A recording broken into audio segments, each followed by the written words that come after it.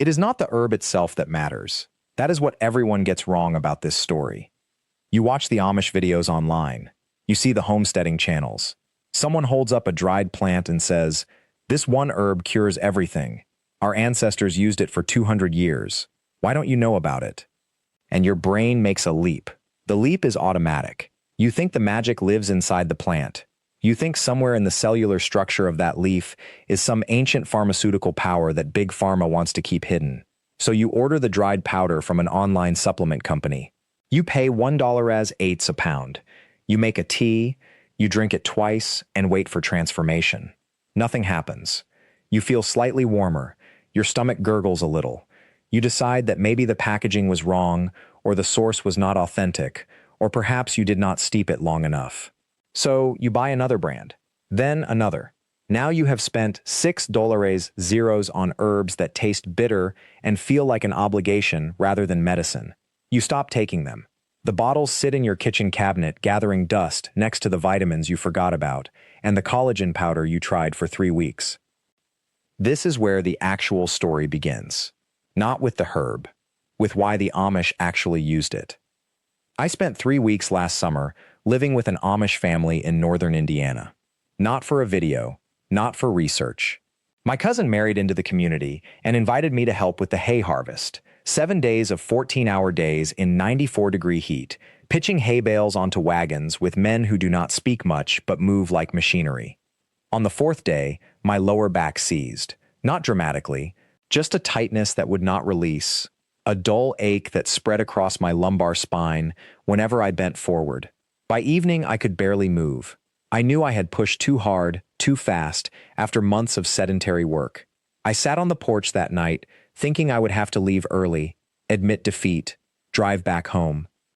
The next morning, before we went out to the fields, Sarah, my cousin's wife, gave me a jar. Inside was a dried green leaf I did not recognize, pale and fine, almost powdery. She said nothing, except, "Make a strong tea. Drink it 3 times today before you work." Not, "This will cure you." Not, "This is medicine." Just a practical instruction, the way you might be told to drink more water or eat breakfast. I made the tea. It tasted green and slightly bitter, with a mineral undertone I could not quite identify. Not unpleasant, just different from the herbal teas I had bought online.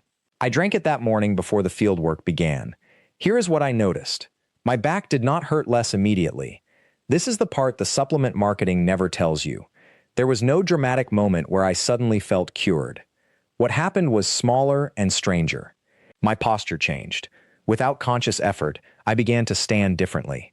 The tightness did not vanish. Instead, my body seemed to reorganize itself around the pain. I stopped tensing against it. Instead of rigidity, there was flexibility. Instead of fighting the sensation, I moved through it. By mid-morning, I realized I had been working for 4 hours without thinking about my back once. That same evening, Sarah explained what the leaf actually was and why it worked the way it did. It was not a pharmaceutical compound in plant form. It was not a miracle cure hiding in nature. What the herb did, what it had always done for the Amish, was shift the nervous system into a state where healing could actually occur. The tightness in my back was not just muscle tension.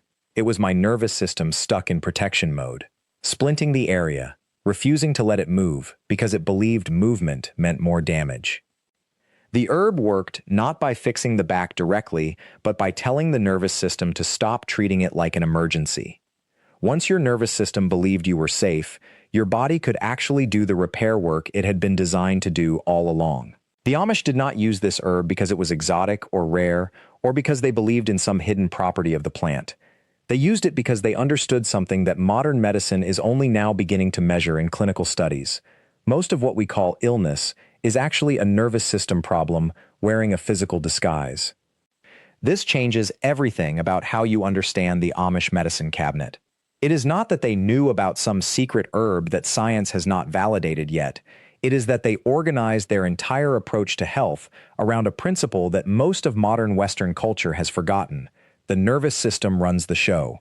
Everything else, diet, sleep, movement, community, is just supporting what the nervous system needs to do its job. When the Amish reached for an herb, they were not reaching for a chemical solution. They were reaching for something that would calm the part of their body that was screaming. In a world without electricity, without screens, without the constant low-grade threat that modern life delivers every single day, their nervous systems did not need to be activated constantly. But when something went wrong, pain, infection, fever, anxiety, they had tools that worked because they addressed the actual problem, not just the symptom. The modern supplement industry has taken this knowledge and stripped it of its context. They sell you the herb without the lifestyle. They sell you the leaf without the garden it grew in. They sell you the medicine without the wisdom about when to take it, how much to take, or what kind of nervous system you need to be in for it to actually work. So you drink the expensive tea, and nothing changes because you drank it at your desk while checking email. Your nervous system flooded with cortisol, your body in full defensive posture. The Amish knew something else too, something even more counterintuitive. The most powerful medicine has nothing to do with what you ingest. I discovered this gradually over those 3 weeks, not through Sarah explaining it, but through living it. When your day begins at 4:30 a.m. with no alarm clock, when you work in rhythm with the seasons instead of against them, when your work produces something tangible that you use or eat or trade, when you are surrounded by the same people doing the same meaningful work, when you stop moving at sundown and sit in stillness, when you know everyone in your community by name and story, your nervous system does not need rescue. It is already home. The herb becomes almost an afterthought in that context, a tool for when something goes wrong, not a substitute for living correctly in the first place. But modern life is built on the opposite assumption. We assume the poison is the water, the food, the job, the relationships, none of which we can change or do not want to change. So we buy the antidote, we buy the supplement, the gadget, the biohack, the protocol. We try to medicine our way out of a lifestyle problem. Here is what I want you to understand before we go any further into which specific herbs the Amish used and why they work. The herb itself is not the lesson. The lesson is why they needed it. The herb is a signpost pointing back to something we have all forgotten, that our bodies are not machines that break down randomly and need external parts to fix. Our bodies are sensing organisms that respond to how we live, what we pay attention to, how much we move, who we are near, what pace we move at, and whether we feel safe. When an Amish grandmother handed down a jar of dried leaves to her daughter, she was not just teaching her which plant had which chemical compounds. She was teaching her a way of thinking about health that said, your body knows how to heal. Your job is to remove the obstacles to that healing. Sometimes a plant helps remove one of those obstacles, but more often, your job is to live in a way that does not create obstacles in the first place. This is not a comfortable teaching for a culture that has built an entire industry around the idea that sickness is random and salvation comes in a bottle. But it is the teaching the Amish have lived by, and it is why their approach to health looks so different from ours when you actually study it closely. So let me show you exactly what was in that jar Sarah handed me. Let me show you why it works the way it does. And let me show you something even more important, why the context around taking it matters more than the plant itself. Because once you understand that, you will finally understand why your $6 supplement did nothing but your nervous system is finally starting to shift now that you are paying attention to a different kind of medicine entirely. Inside that jar is something so ordinary that most of us walk past it every single day without recognizing its power. It is a dried leaf, common name plantain, and I do not mean the banana. I mean Plantago major, the broad-leafed plant that grows in almost every yard, every field margin, every crack in a sidewalk across North America. The Amish do not call it plantain. They call it broadleaf, or sometimes heal-all. And they have been harvesting, drying, and brewing it for over 2 centuries on the American frontier. Now, before you dismiss this as folk superstition, understand what the chemistry actually shows. Plantain contains compounds called iridoid glycosides, specifically aucubin and catalpol. These are not mystical. They are measurable. They are quantifiable. Laboratories have isolated them. Researchers have tested them. And what they do is elegant and specific. They reduce inflammatory markers in damaged tissue. They accelerate the migration of fibroblasts, the cells responsible for rebuilding skin and mucosal tissue, and they inhibit the growth of common bacterial strains that colonize wounds and inflamed surfaces. The Amish grandmother did not know those words. She knew the result. She knew that when a child came home with a scraped knee, A handful of fresh plantain leaves crushed and applied to the wound stopped the infection faster than anything else available to her. She knew that when someone in the family developed a persistent cough, a tea made from the dried leaves soothed the inflamed throat lining in a way that nothing else could.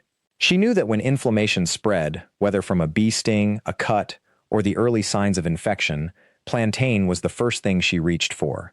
And here is what modern medicine has finally caught up to. She was not wrong. She was not relying on placebo or superstition. She was relying on active chemistry. The difference is that she understood something we have almost completely forgotten. The difference between taking an isolated compound in pill form and consuming it as part of a whole plant, in a whole ritual, in a whole context of care and attention. When you swallow a capsule of plant extract that cost you $50, your nervous system does not register medicine. It registers a transaction. Your body processes it as chemical input. It works or it does not, depending on whether the dose and the compound happen to hit the right receptor. But when you harvest a plant you have grown, or foraged, or received from someone who grew it, when you prepare it with your own hands, when you sit with someone you love and drink it together while they tell you a story about their mother who used the same plant for the same reason, something entirely different happens. Your parasympathetic nervous system activates. Your cortisol begins to normalize. Your immune response shifts from a state of defensive reactivity to a state of genuine healing. The plant chemistry is important, yes, but the context, the ritual, the relationship, the intentionality, that is what makes the difference between taking medicine and experiencing medicine.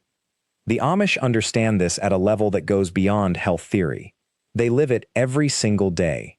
In their homes, there is no separation between the food they eat, the plants they grow, the medicine they prepare, and the relationships that hold everything together. A remedy is never just a remedy.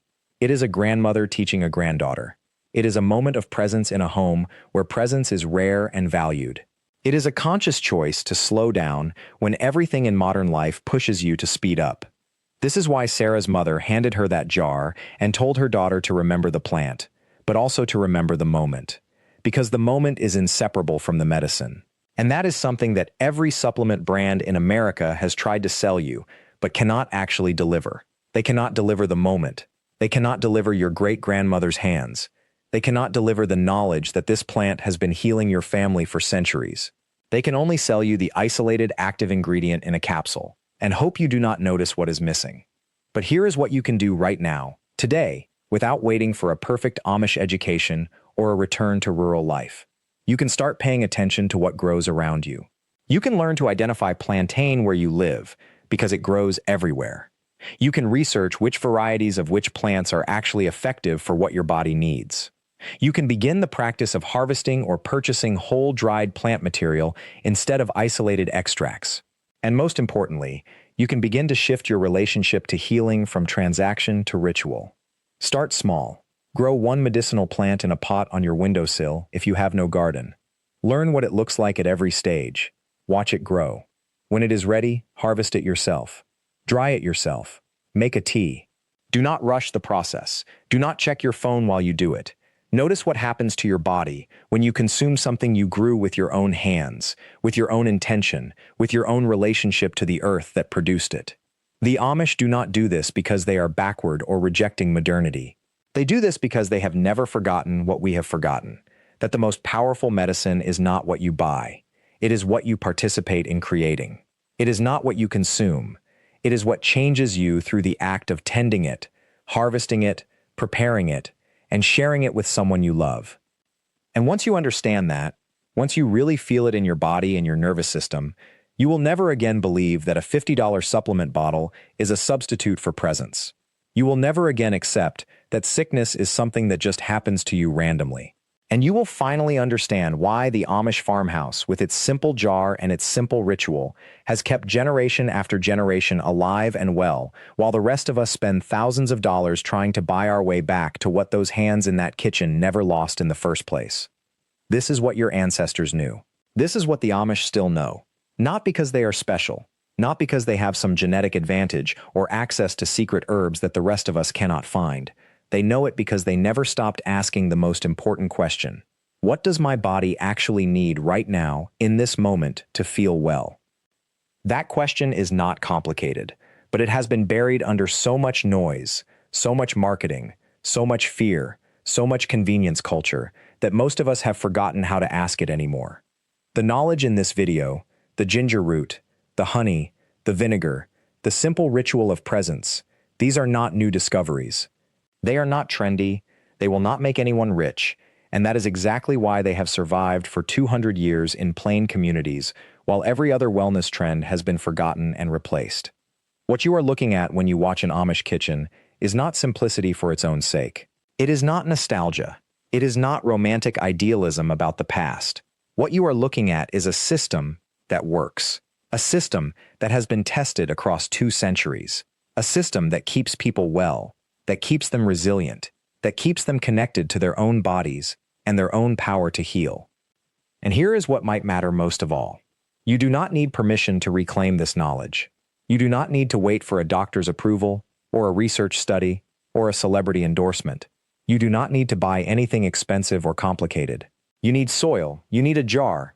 You need to remember that your body is not a machine to be fixed by external inputs. Your body is an organism that knows how to respond to the right inputs when they are offered with intention and consistency. The first step is the smallest one. It is not a lifestyle overhaul. It is not a 12-week program, or a subscription to something, or a complete diet change. The first step is this. Choose one thing. One simple ingredient. Honey, or ginger, or raw vinegar. Choose one thing, and commit to using it intentionally for 30 days. Not because you believe it will save your life. Just because you want to remember what it feels like to have agency over your own wellness. After 30 days, you will notice something. Not a miracle, not a complete transformation, but something real. You will sleep a little better. Your digestion will settle. Your skin will clear slightly. Your mind will feel less scattered. And more importantly, you will feel the shift in your nervous system. You will remember what it feels like to trust your own body instead of fear it. That shift is the real medicine. That shift is what the Amish farmhouse has been protecting for 200 years. Not the ingredients, the shift. If you have watched this far, you already know something important about yourself. You are not satisfied with surface-level answers. You are not willing to let your wellness be dictated by convenience, or marketing, or fear. You are ready to reclaim the knowledge that belongs to you by right of being human. The recipes I have shared with you today, the ginger and honey blend, the apple cider vinegar tonic, the ritual of presence, these are not the entire body of knowledge that exists in plain communities. There is so much more. There are remedies for sleep, for anxiety, for seasonal allergies, for joint pain, for energy, for clarity. There are protocols for building immunity. There are techniques for emotional resilience. There are practices for deepening your connection to the cycles of nature and the rhythms of your own body. I have compiled all of this into one complete resource. It is called The Lost Wellness Manual, 200 Years of Amish Healing Wisdom, and it contains the complete recipes, the step-by-step instructions, the seasonal protocols, the emergency remedies, and the deeper philosophy behind why these practices work. It is not a quick fix. It is a roadmap. It is a companion for the long journey of reclaiming your own health. The link to that resource is below. It is there because I believe that this knowledge should not be exclusive to communities that have held it in secret. It should be available to anyone who is ready to ask better questions about their own wellness and their own body. But before you go looking for that resource, I want to leave you with one final thought. The knowledge that transforms your life is rarely the most complicated knowledge. It is rarely the knowledge that costs the most or comes from the most prestigious source. The knowledge that transforms your life is almost always the knowledge that is closest to you, the knowledge that you already half remember, the knowledge that your body recognizes as true the moment you offer it. That knowledge is not hidden. It is not locked behind a paywall or a research study or a degree. It is available to you right now, in this moment, if you decide that your wellness is worth the small act of reclaiming it. Thank you for spending this time with me today. If this video resonated with you, if you felt something shift as you watched it, I want to ask you to do 3 things. First, subscribe to this channel. The knowledge of our ancestors is vast, and there is so much more to explore. More remedies, more techniques, more wisdom that has been waiting to be remembered. Second, like this video.